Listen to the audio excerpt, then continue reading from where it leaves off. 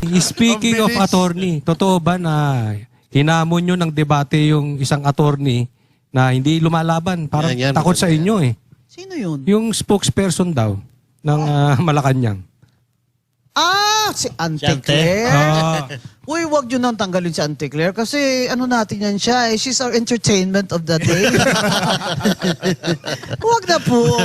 BBM, wag yung tanggalin yan si Anteclair. Kasi nakaka-entertain yung mga sagot-sagot niya. Speaking of Anteclair, bilang isang attorney din, kagaya ni Anteclair, marami kasing may mga lawyer din nagsasabi na parang panira or nakakasira ng reputasyon ng pagiging lawyer ang mga pinagagawa ni Anteclair. Kasi nga, kaya siya nilagay dyan. Yun. Kasi makapal siya. Yun. Kaya niya, di ba? Carry mo ba yung ganyan na magsinungaling ka dyan? Sino naman ang lawyer na papayag dyan? Si Anteclair lang. Kaya kailangan yung salary grade niya mataas talaga. Yun. Malaki kaya kinikita nito. Undersecretary, that's around 200 something thousand a month, ha? Uy, Hindi mo wala yan- pang ano yan. may 13 month, may lahat pa. May Lahat. bonus pa yan. Kompleto, no? Walang sipag. So, At dati itong dating hater ni Marcos din ito eh. Biglang bumaliktad eh. talaga? Hater po yan ni Oh, Hater ni Marcos biro mo, dati. mag-undersecretary ka ba naman bigla? Go ka lang dyan, Anteclair. Ako talaga, go ahead. What Diba? if po na kumasa sa inyo? Si Anteclair, what if na Okay kumasa lang. sa debate? Ay, maganda Okay yun. lang. Yeah.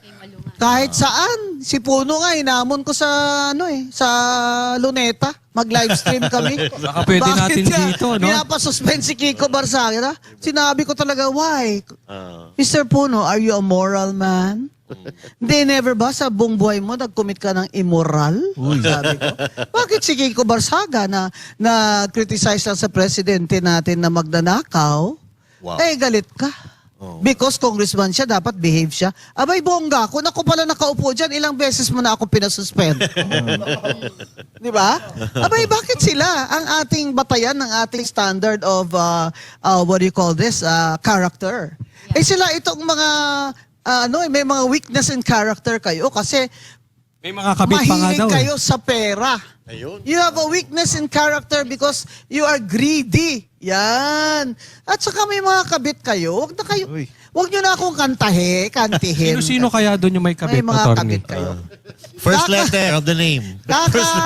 Kaka-resign lang ha, mga Ay! friends. Kaka-resign lang ni Congressman Momo sa BICAM. Yeah. Kasi yan si Momo, favorite ko yan. Ayun.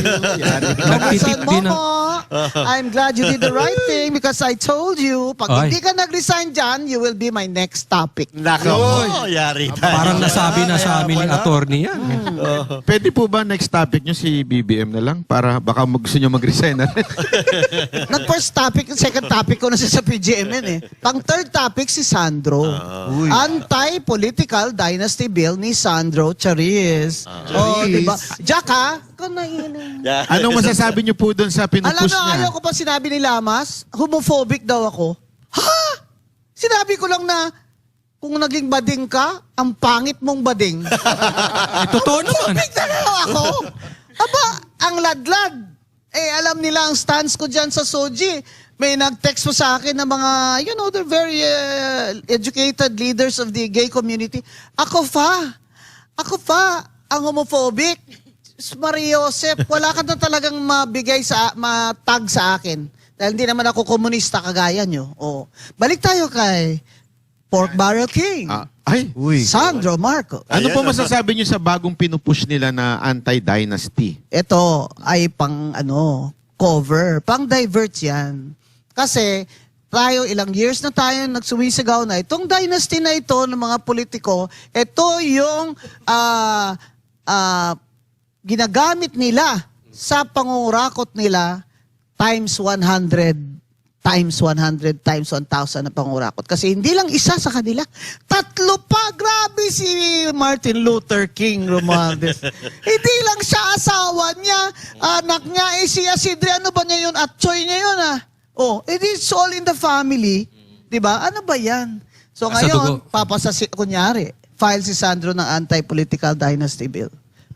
Pero attorney, may statement dito si Congressman Erice na si Egay. parang tawag dito unconstitutional daw kasi parang gawa-gawa lang itong anti-dynasty bill pero sa totoong buhay yung nakasulat daw po doon sa recommendation is hindi naman pang anti-dynasty kasi parang lumalabas bawal lang maglaban ang magkamag-anak sa isang posisyon. Correct. So Oo. lahat ng posisyon Oo. po pwede pa rin silang Oo, tumakbo. kasi nga, ano lang to, pang-appease lang ito ng mga tao. Kaya sa next episode ko sa PGMN, Yun. himay-himay natin yung bill ni Sandro. Example. Sabi sa bill ni Sandro, walang tatakbo na kamag-anak o mag-asawa, kamag-anak hanggang 4th degree of consanguinity or affinity or sa kasal, hanggang 4th degree, whether legitimate or illegitimate, sa isang legislative district. Di ba? Kumbaga, kung congressman siya sa kanyang district, hindi na pwedeng may kamag-anak pa siya hindi, yung district, kunyari, Distrito na yun. district Same niya ay district. mayor. Hindi na pwedeng mag-mayor doon ang kamag-anak niya up to 4th degree. Pero ito, there's the catch. Paano party list? Si Yeda, ganun nga ang ginawa nila. Na 3 terms na siya as congresswoman, nakalagay sa Article 6 ng Constitution, hanggang 3 terms lang ang congresswoman, nag-party list siya, tingog. At pinaresign nila yung 3, 4, 5. Abay, si Rowena Guanzon, hindi pwede. Na nag-resign lahat. Tapos si Rowena Guanzon nilagay ng P3. Sinabi na hindi pwede, si Rowena, hindi pwedeng ganun. Parang may mali. Tapos siya, pwede. Ay, pag si Romualdez pala, pwede. Pag si Rowena Guanzon, hindi pwede. Ayan, kaya, tingnan nyo yan. Yan talaga ang magnanakaw. Tingnan nyo, taba-taba. Talagang wala siyang pake kung nagmamalnourished na yung mga tao. Halos naglalakad na ilang kilometro para makasave lang ng jeepney. Hindi ba? Yan, naka-helicopter. Yan, may jet. Yan talaga, 6 daw bahay niyan sa Forbes. Jack? Ano pa daw sa ibang bansa? May question po. Tayuan Tayo lang nga, ng- hanggang tayuan gate lang, lang ng di tayo pera yan. makapasok dun Attorney, may question po dito. Yan yung nga, panoorin nyo yung anti-dynasty bill na yan, himay-himayin natin yan. Okay, ito po yung question. May moral ascendancy ba si Sandro to push for the anti-dynasty bill gayong ang pamilyang Marcos ang naka-benefit ng both sa local and national post? Yun na nga wala nga siyang karapatan. Etos lang yun. Kung sa kakabaklaan pa na language. Etos lang. Kumbaga, Charis lang. in-etos niya lang tayo. Oo. Yung nyari sa of example tayo, in Ilocos Norte, sino ngayon has the right? Kung matutuo yung dynasty bill niya, sino ngayon has the right na magtakbo dyan? Yung gobernador dyan, anak ni Amy. First cousin niya yun Ibig sabihin, hindi na yun makatakbong gobernador. Nauna pa yung mga anak ni Amy doon sa kanya. Siya dapat ang hindi pwede makatakbo, hindi ba? So ngayon, magiging legal issue na naman kung sino ang may right as incumbent. Di ba? Oo. So parang- Kaya, itong si Sandro, kahit anong gawin niya, booking na siya. Pork barrel king ka. Ngayon, quiet lang siya. Yun pala number 2 ba siya sa pinakamaraming pork barrel? Actually, number 1 po Si Romualdez ang number Number 1 one? na tao. Number 2 siya. Parang mas malaki siya, boss Mas malaki Mas siya. malaki. 15 billion, di ba? 14 kay Martin, 15 sa kanya. Siya talaga ang king. Oo. Siya talaga ang pork 15 barrel something. king. Oo.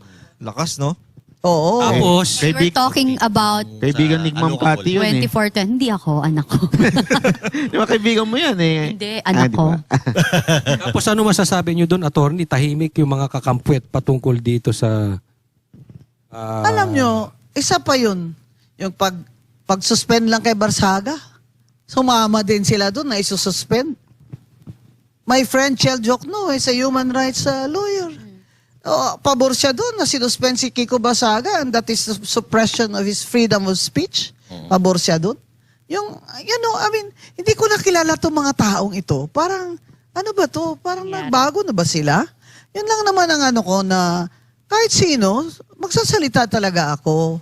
Sasabihin lang, yan si Rowena, kaya walang kaibigan yan Hoy, dami ko kaya kaibigan. Hindi nga lang kayo. Ito question kasi ito ng marami na dati kayo, di bang nangampanya? Kayo lang ang isang hindi tumakbo na pinaakyat sa stage. Oo, Okay. hindi nga ako candidate for senator eh. Ako lang yung pinapakyat sa stage ng Lenny Rallies. Oo. Diba? Pero ma'am, ang tanong nung iba dyan, bakit daw parang tila lumipat kayo? At ano naman ang nararamdaman nyo doon sa mga Lumipat? dati nyong kakampi na nila Ah, inaaway kayo Hindi ngayon? po ako lumipat sa Duterte, hindi po yun totoo. Kasi 'di ba, dilawan ako. O yung mga makabayan na yan, tsaka yung mga akbayan na yan, wala yan sila sa EDSA.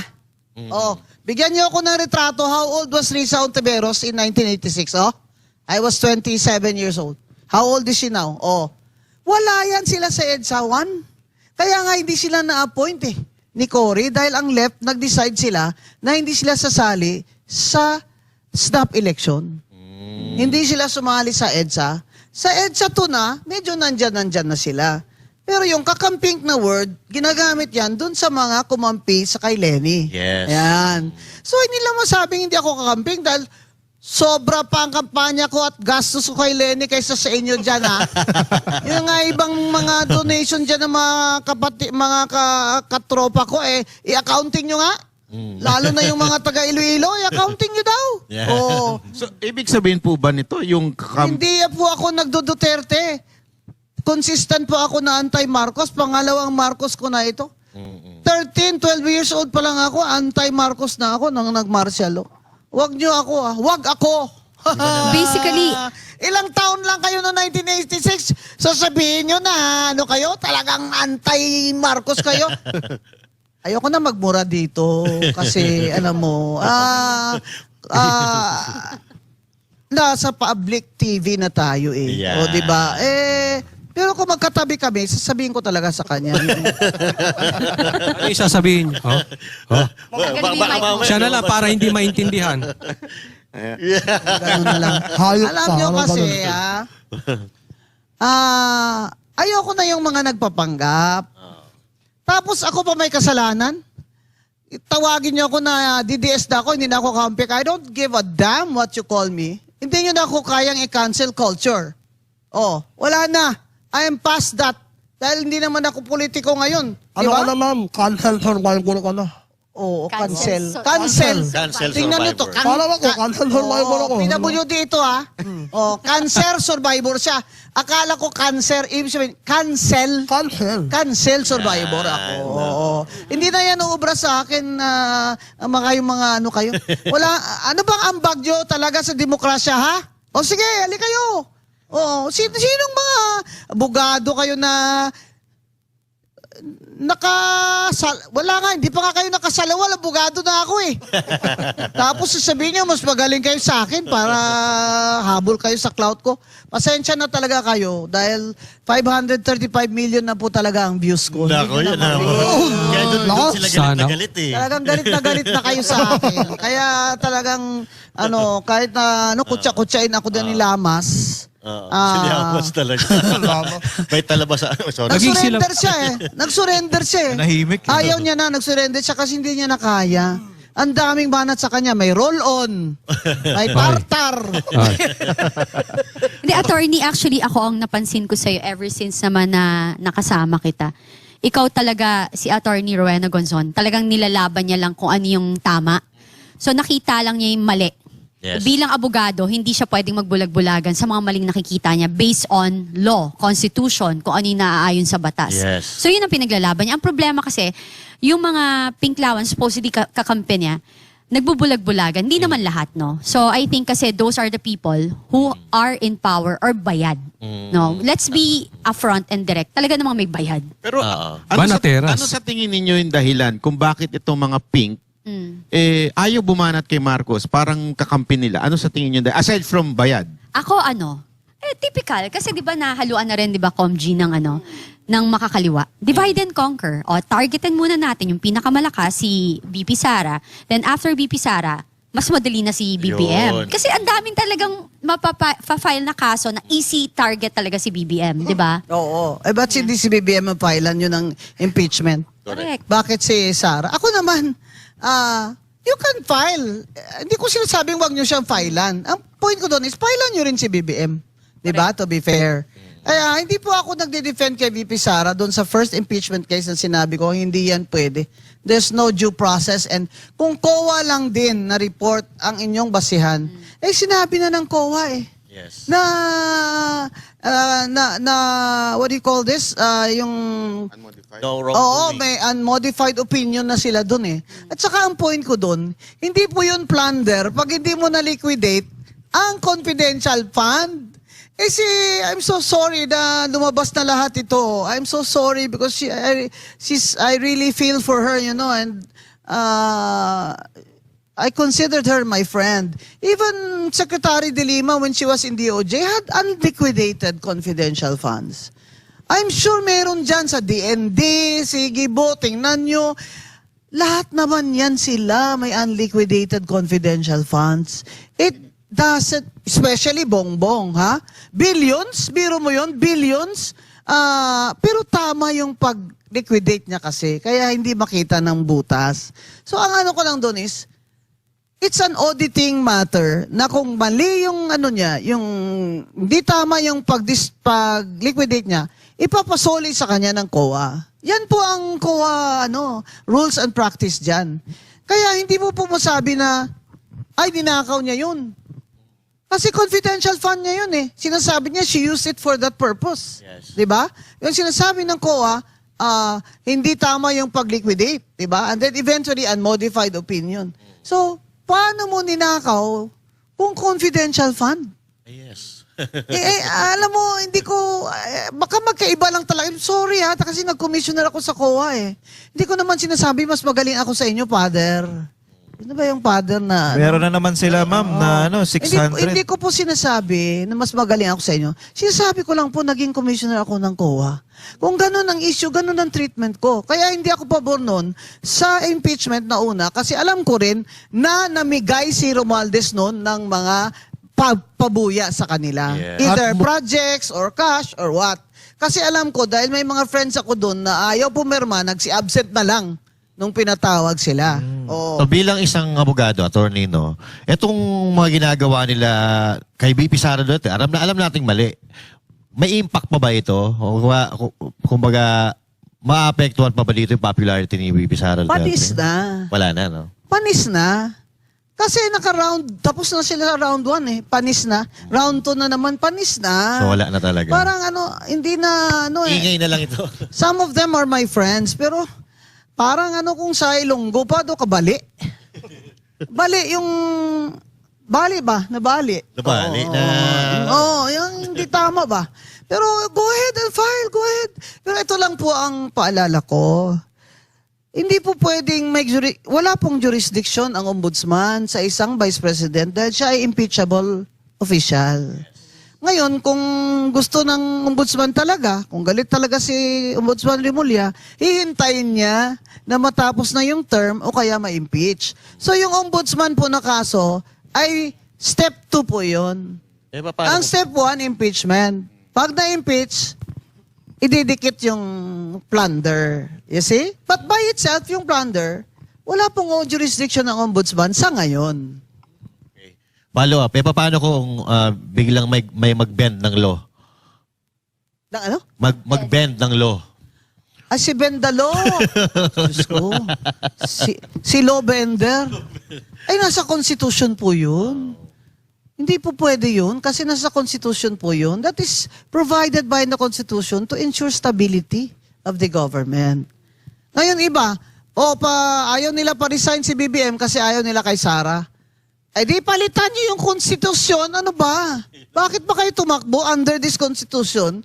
Tapos ngayon, ayaw niyo ng succession ng pursuant to the constitution. Even Justice Antonio Carpio said that. This is the constitutional succession rule. Hindi naman pwedeng resign si BBM pero hindi si Sara ang papalit. Sino ba ang gusto niyo? Jack, sinong gusto mo? Ako joke lang. Hindi, ako.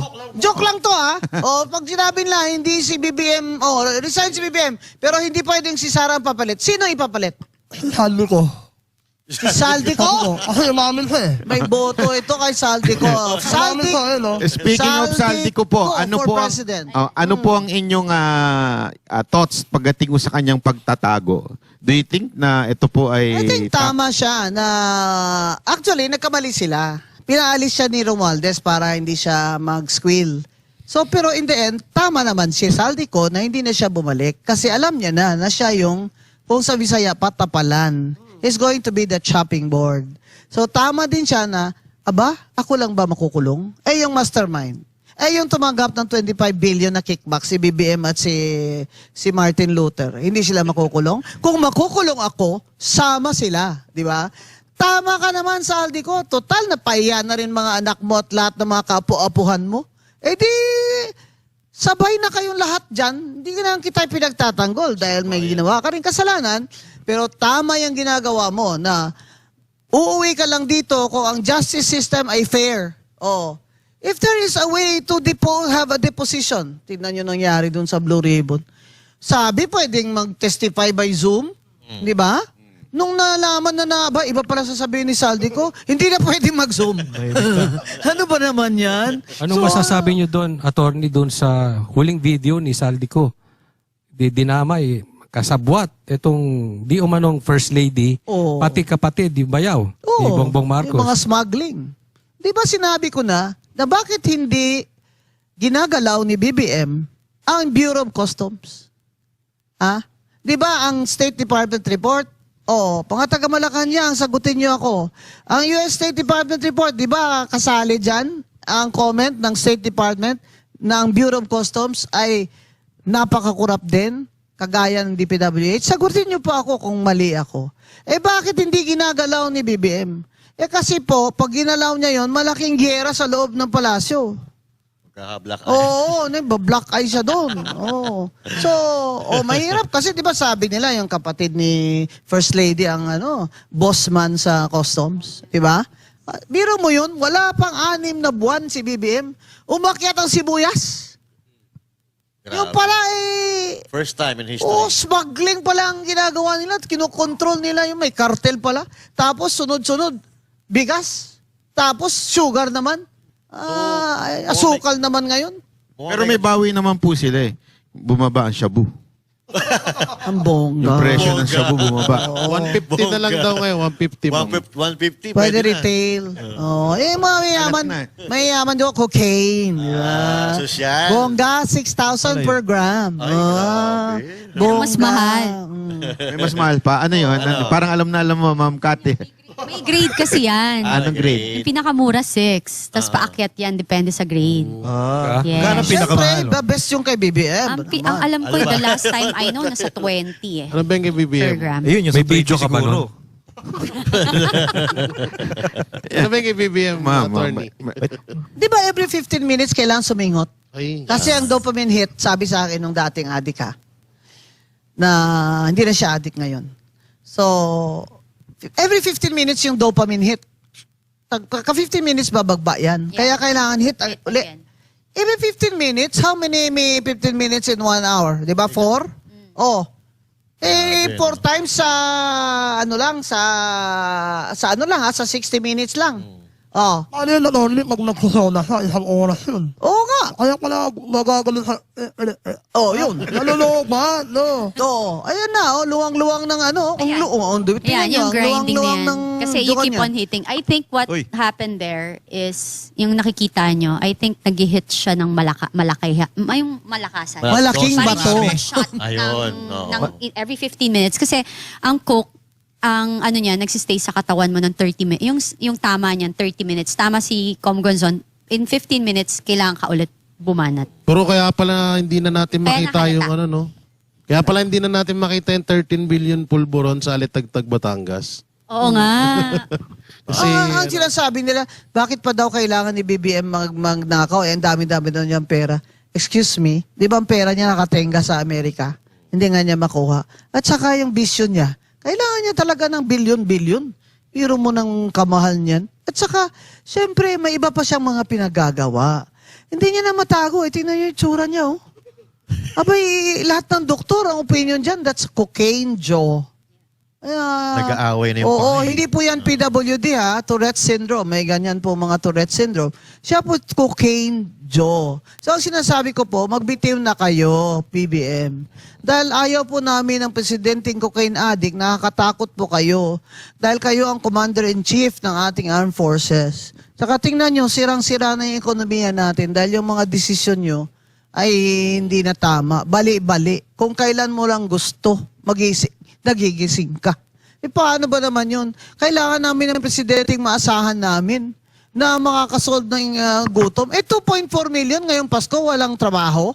Oh, tapos yung what do you call this, yung mga kurakot dyan ng mga congressman kung mamigay, akala mo pera nila. Yung, ayoko na ng mga pretensyosang ayoko na. Dati hindi ko kayo minimension kasi commissioner ako noon di ba? Pangit yun ngayon retired na ako. Sige.